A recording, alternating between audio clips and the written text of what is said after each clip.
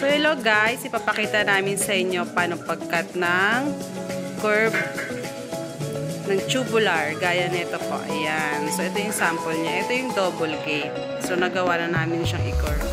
So magiging, ito yung resulta niya pagkatapos ng ginagawa niyang guhit. Once na makat niya na yan. Ang masilyahan niya. So ito yung single gate, di pa namin nagagawa. Tapos, ito yung taas niya. Nagagawing curve. Sinusukat niya isa-isa. Una, 1.5 inch. Tapos, hahatiin mo yun. Ito yung sukat na actual na kinuha namin sa client. Ayan. So, kurbang-kurba siya. So, 2x4 ang frame. Maraming kakainin na cutting disc bawat cut ng 2x4 kasi malapad. Matrabaho, mabusisi. So, yan guys. Ito yung mismong actual na pagkuha namin ng kurba dun sa single gate.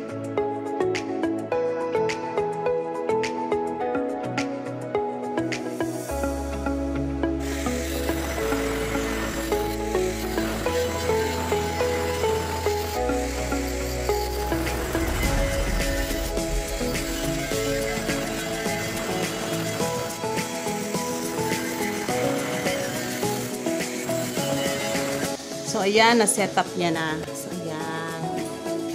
Kita natin.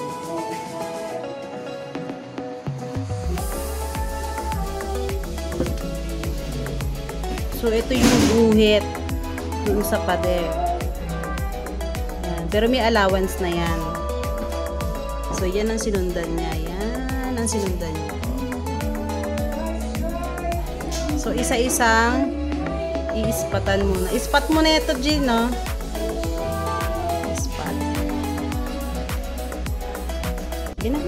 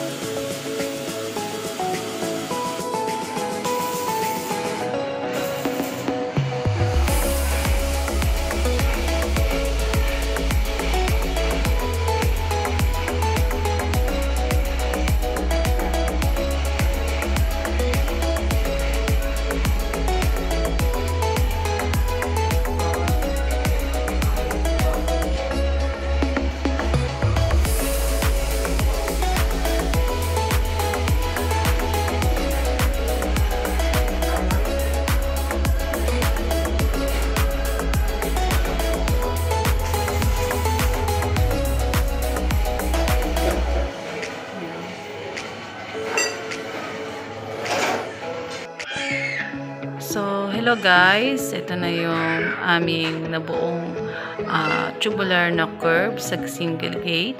So makikita nyo, hindi pa siya totally finished kasi wala pa siyang primer.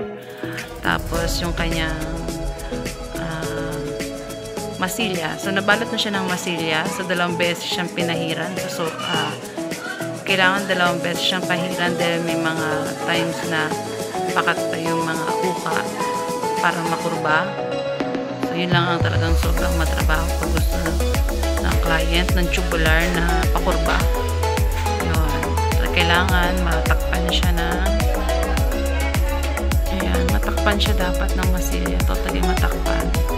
Yung para hindi pasukan ng tubig yung tubular. So dun kasi nagkakabulok oras na mapasukan siya. So 2 patong siya na masilya. Yan. Tapos ito bukas mababapping na namin yan. So mapapakinis na yan. So mas maganda na siya. Lalo pag pinatungan siya ng primer. Yan. So ito nalason na namin to galvanize. So ang galvanize talagang nilalason namin para kumapit yung primer at ang finish paint niya. So yan ang design. Nakabit na rin yung design. Ayan, bukas na rin niya mamamasilyahan. Yan. So, madali lang naman pong matutunan. Kung gugustuhin nyo, kaya naman. Ayan. So, ayan siya. So, mas makikita yung ganda niya oras na mapinturahan na natin siya ng dark brown. So, yun ang request ni client. Dark brown. Gusto niya ay style kahoy, kuno. Yan. So, maraming salamat sa patuloy na panonood sa aming vlog.